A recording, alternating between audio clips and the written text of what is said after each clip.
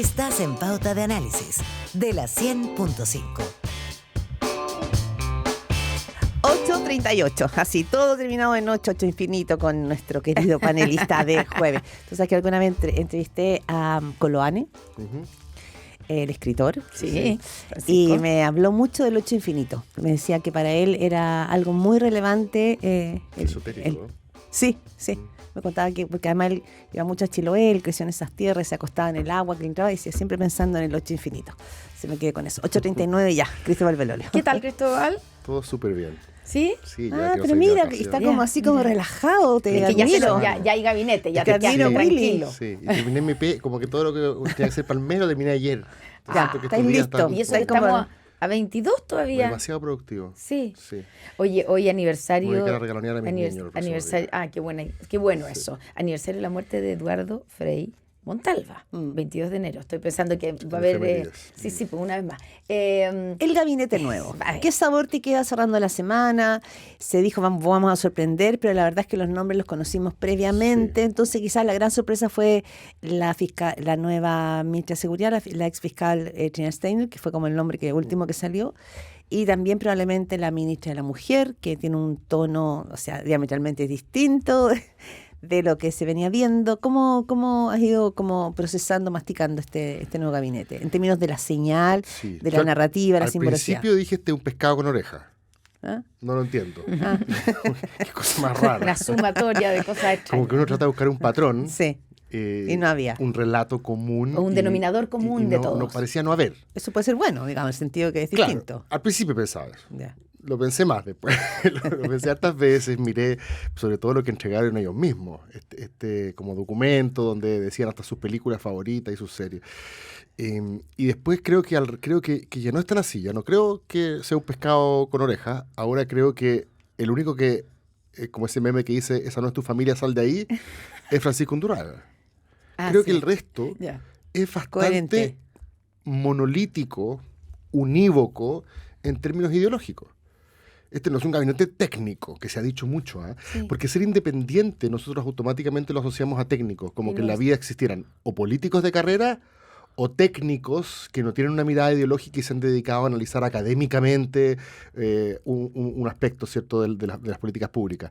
A mí me parece que aquí la gran mayoría son independientes. De hecho, si me apuras, van a haber más independientes en unos meses más. Porque todo el mundo dice, hay 8 de partidos, pero de esos 8 de partidos, hay 4 cuyos partidos deberían desaparecer en marzo. Y algunos que los van a echar, tal vez, en el caso de Jaime Campo. Pero el Partido Radical también está Sí, también a todo está en esto, extinción, como dijo el mismo Jaime Campo. porque no cumplió, cumplió. Demócratas tampoco. el Partido Social Cristiano tampoco, Evópolis de la tampoco, ministra de la Mujer. Exacto, pero el resto, si bien son todos independientes, tienen una visión, digamos, doctrinaria, porque a la gente la palabra ideológica a veces le asusta, no es lo mismo que dogmática para mí. Ideológica es que ven la vida desde un cierto punto de vista, ¿cierto?, que tiene una carga normativa. Le gustaría que las cosas fuesen de cierto modo. No es un análisis desapasionado de los hechos, sino también un cierto marco a través del cual tú interpretas esos hechos.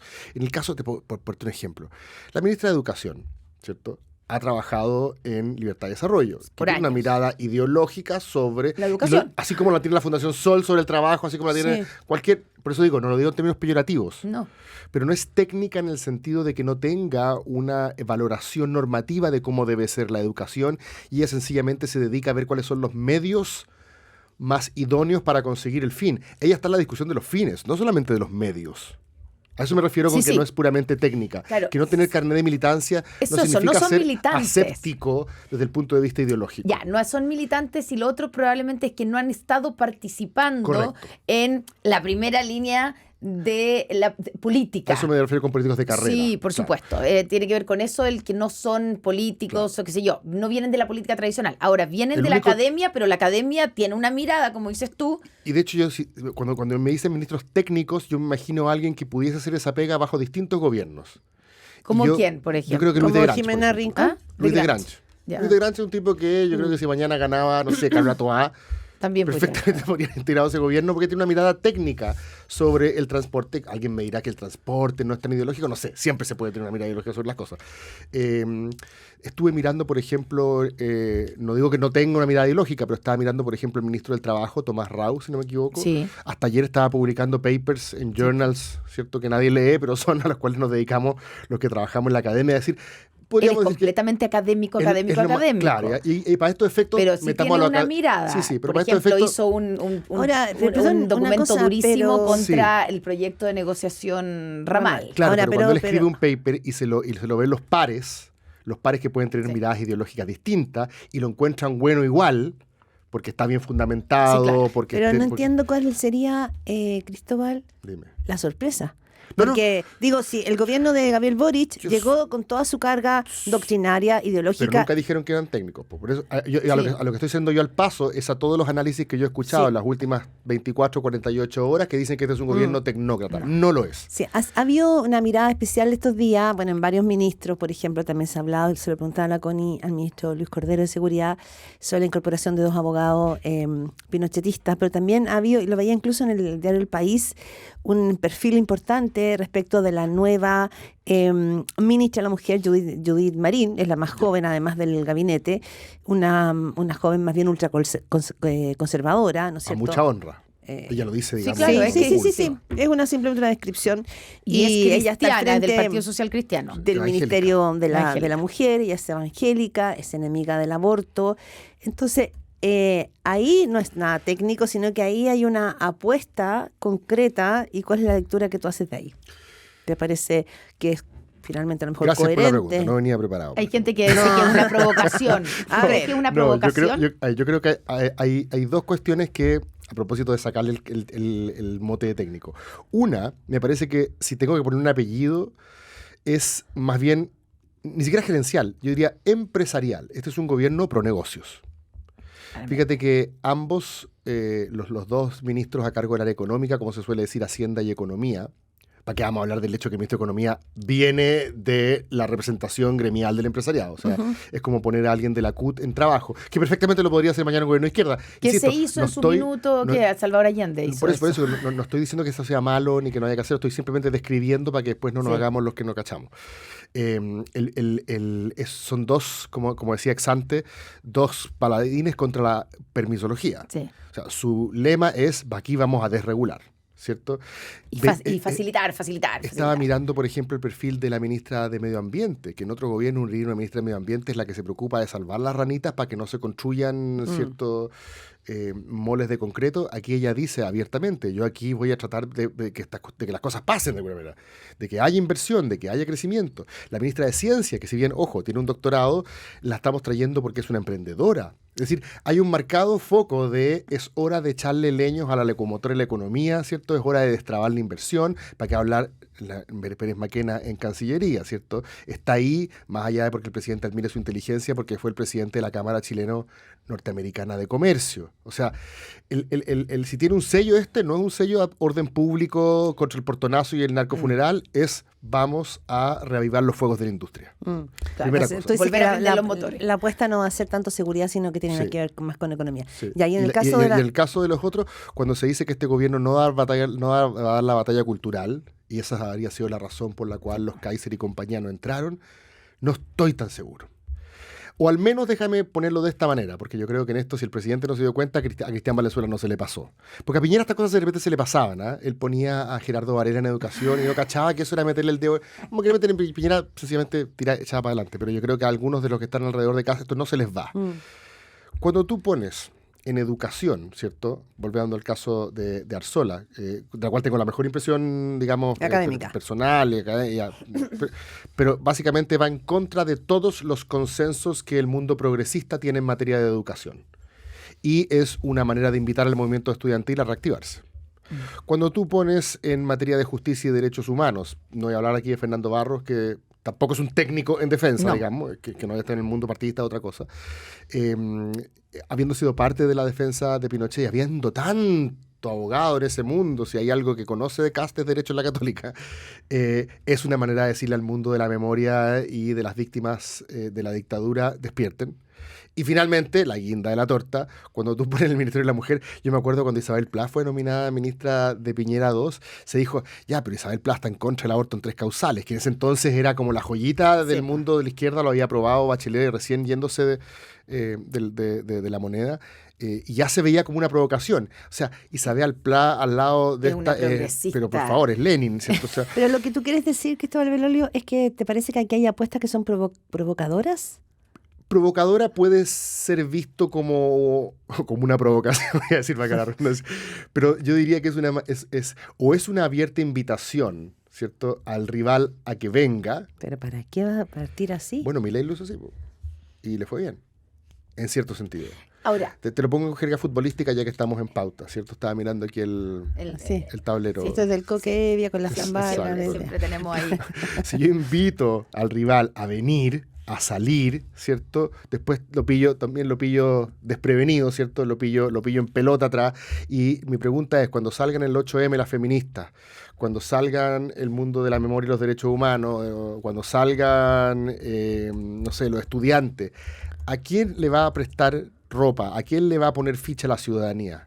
Si acabamos de elegir a un presidente que justamente, cansados del feminismo, cansados de la tole-tole, entonces yo creo que él está aprovechando de hacer esta invitación a los rivales a que vengan ahora. Yo pensaba que no lo iba a hacer.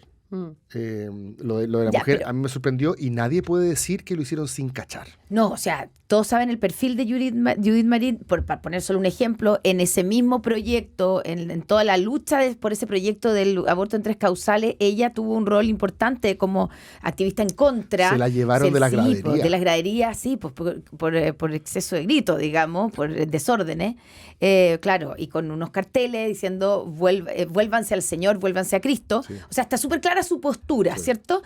Y por eso uno dice, pasar de la Toti Orellana a Judith Marín es bien impactante. Bueno, como pasar de Gabriel Boric a José Antonio Kast, ese es el péndulo del país. Pero pasar de Gabriel Boric a Kast, al menos lo conversamos aquí, desde el punto de vista programático, en el último tiempo parece que había una cierta coincidencia, ¿cierto? Yo en Toti Orellana y Judith Marín veo súper pocos consensos superpuestos, digamos, veo poco boca área churada. No, como se decía en geometría. Cuando los dos conjuntos A, B y la intersección, claro, se da churada. No hay intersección, no hay interfaz. Veo una distancia ideológica importante. Ahora, me van a decir lo mismo, el presidente tiene todo el derecho. Sí, nadie está diciendo que no. El la punto pregunta ¿cuál es la estrategia? Exacto, eso es lo que estamos tratando de sacar aquí. Ya, pero tú concluyes de ahí, porque no sabemos todavía, que se va mirando eso, que se va a dar esa batalla cultural, porque lo que ha dicho, y lo dijo el presidente varias veces cuando se le preguntaron, en el fondo, todos sabemos, y él sigue siendo el mismo, él sigue pensando igual, o sea, él está en contra del aborto en 3 causales, él está en contra, pero dijo que no iba a cambiar nada, que no se iba a meter en estos temas. Eso dijo el presidente, ¿cierto? Entonces, Judith Marín, por el solo hecho de estar ahí, eso es el caso de estar sin que haga nada, ya es una, digamos, batalla cultural. Es una buena pregunta. ¿O qué va a hacer Judith Marín? Porque si se va, tal vez se va a dedicar a otras cosas y no se va a dedicar a... ¿Porque a qué se va a dedicar? No sé, es que lo que pasa es que el eslogan gobierno de emergencia, de nos vamos a concentrar en orden público y economía, ¿cierto? Bueno, tienes tú 25 ministerios, porque siguen siendo 25, lo que hace es que hay uno que hoy día hace 2 pegas. Todo esto, entre paréntesis, motosierra no hubo. La famosa idea de recortar gasto fiscal fusionando ministerio. Ni fusionar ministerio. No, pero es que la fusión necesita ley, eso no se puede hacer al tiro. Bueno, pero podía haber un tri o un biministerio como se pensó en un minuto. Para dar la señal de que estaba ahí siendo austero y estaba ahí ahorrando aunque sea en el chofer. Bueno, no lo hiciste. A todo esto, para que veamos las inercias también en el sector público, las inercias del mundo político. Hay ciertas cosas que sencillamente no son tan fáciles de hacer. O que uno promete y después no las hace. No creo que vayan a ser adornos, Connie.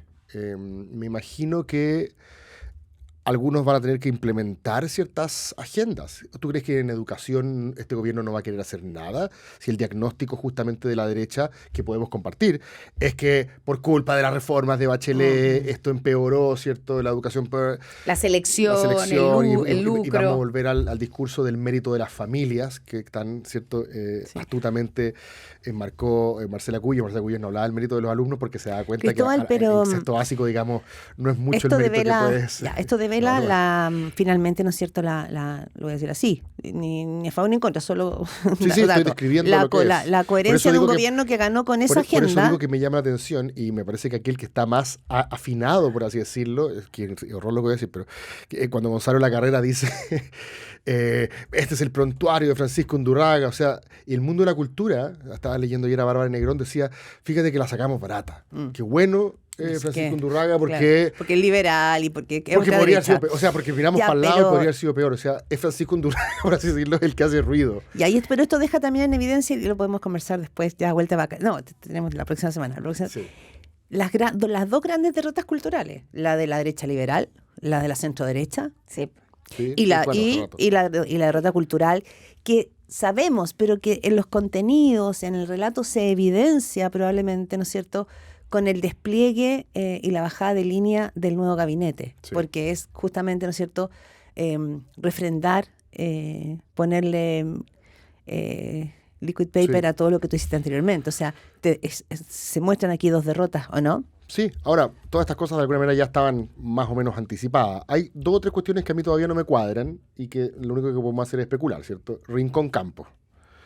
¿Qué sentido tiene? Porque votos no traen, ¿cierto? El Partido Radical, estaba viendo, tiene apenas 2 diputados. Ya, pero esta es la coalición, o sea, no coalición, porque no es una coalición, pero es el gabinete más transversal que Por hay. eso, entonces déjame darle siempre hay que buscar una explicación Sí. a esto y siempre de buena fe. Yo creo que esto sigue contribuyendo simbólicamente al relato del 62% del rechazo, porque tanto el mundo de Campos, para callado o abiertamente, y el mundo de Rincón, abiertamente, son de aquellos que estaban en la vereda de al frente en el eje, en el clivaje del 88, en el clivaje democrático autoritario, pero se pasaron para Sí. en el clivaje que Altman rebautizó como restauración, refundación, ¿cierto? Son del lado del rechazo, son del lado restauración. Y por lo tanto, lo que está haciendo, creo que es que ella lo dijo una vez bastante claro, está consolidando que este es el gabinete del 62%, aunque necesariamente no anden con un bolsón de voto y tengan más cartas al director, digamos, que otra cosa. Y quizá la incorporación de Jimena Rincón tiene que ver con la posibilidad de traer el voto de Matías Walker en el Senado, obviamente, o que es mejor tenerla adentro que distorsionando afuera, ¿cierto? Y en el caso de Kaiser, finalmente, para hablar del lado allá, que es la última como que queda, Sí. yo creo que ambos evaluaron de que la distancia no era una mala idea. Son pocos los que estando adentro son capaces de cultivar una agenda propia sin ser lo suficientemente disruptivos para que el presidente diga, ¿sabes qué? Chao. Estoy pensando en Lagos durante Sí. Frey. Lo dejamos para la próxima semana. Este punto Sí, más desarrollo. abruptamente porque ahí estamos súper Nos pasados. pasamos. Lo comentamos la próxima semana. Muchas gracias, Cristóbal Cuídense. Belolo. Chao. Muchas Gracias, Cristóbal.